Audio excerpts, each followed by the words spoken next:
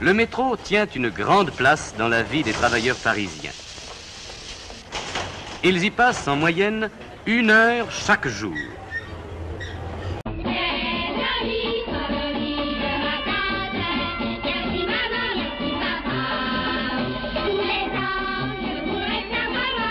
Je vois un article Génération identitaire qui s'habille en jaune poussin.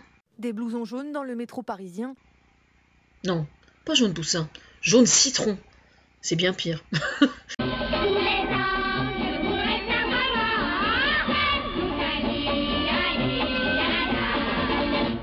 Jaune citron, alors ils ont des kawaii jaunes et puis alors ils veulent protéger les Parisiens quand ils prennent le métro.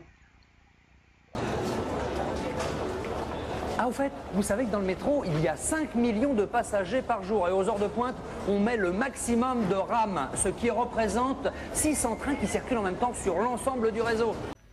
J'ai devant moi 4 Français, 4 Waffen-SS qui vont partir tout à l'heure. Alors moi, personnellement, hein, je suis dans un wagon, je vois ces mecs-là rentrer, je sors. Je vous le dis tout de suite. Bah, moi, quand j'arrive parfois devant la rame de métro et ça se ferme et j'essaye d'ouvrir, c'est vous qui appuyez sur le bouton. C'est vous qui m'empêchez de rentrer.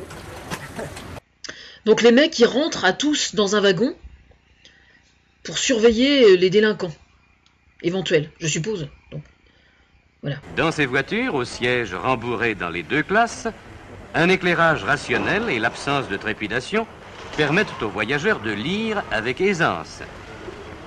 Une racaille, c'est de l'incivilité, c'est quelqu'un qui écoute de la musique dans le métro à fond. Et même de converser à mi-voix. C'est quelqu'un qui met ses pieds sur les sièges.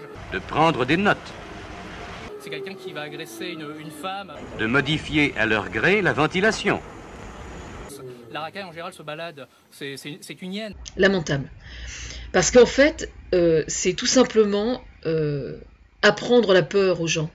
Je trouve que la campagne la plus urgente, ce serait une campagne contre les incivilités que la RATP fait subir aux usagers. Alors ça veut dire d'une part les lignes sur lesquelles on est serré comme des harengs, au point que dans certains cas c'est dangereux pour la santé. C'est le cas par exemple sur la fameuse ligne 13 de métro au nord de Saint-Lazare. Les conditions d'hospitalité données par les institutions définissent les conditions de possibilité pour les gens de se montrer plus ou moins civiques. De toute façon, c'est suppois Le Pen et tout, on sait. Hein. Bon. Traîne tes pieds par terre, la Francisque à la main, c'est la fin. Il n'en restera guère de tous ces fils de Pétain. Alors moi, ces milices, là, personnellement, si je monte dans le métro, il vaut mieux pas que je les voie, hein, parce que je pense que je vais avoir du mal à fermer ma gueule. Hein. Je vous le dis tout de go, là. Y a de quoi devenir dingue, de quoi prendre un flingue. Je fais des trous, des petits trous, encore des petits trous, des petits trous, des petits trous, toujours des petits trous.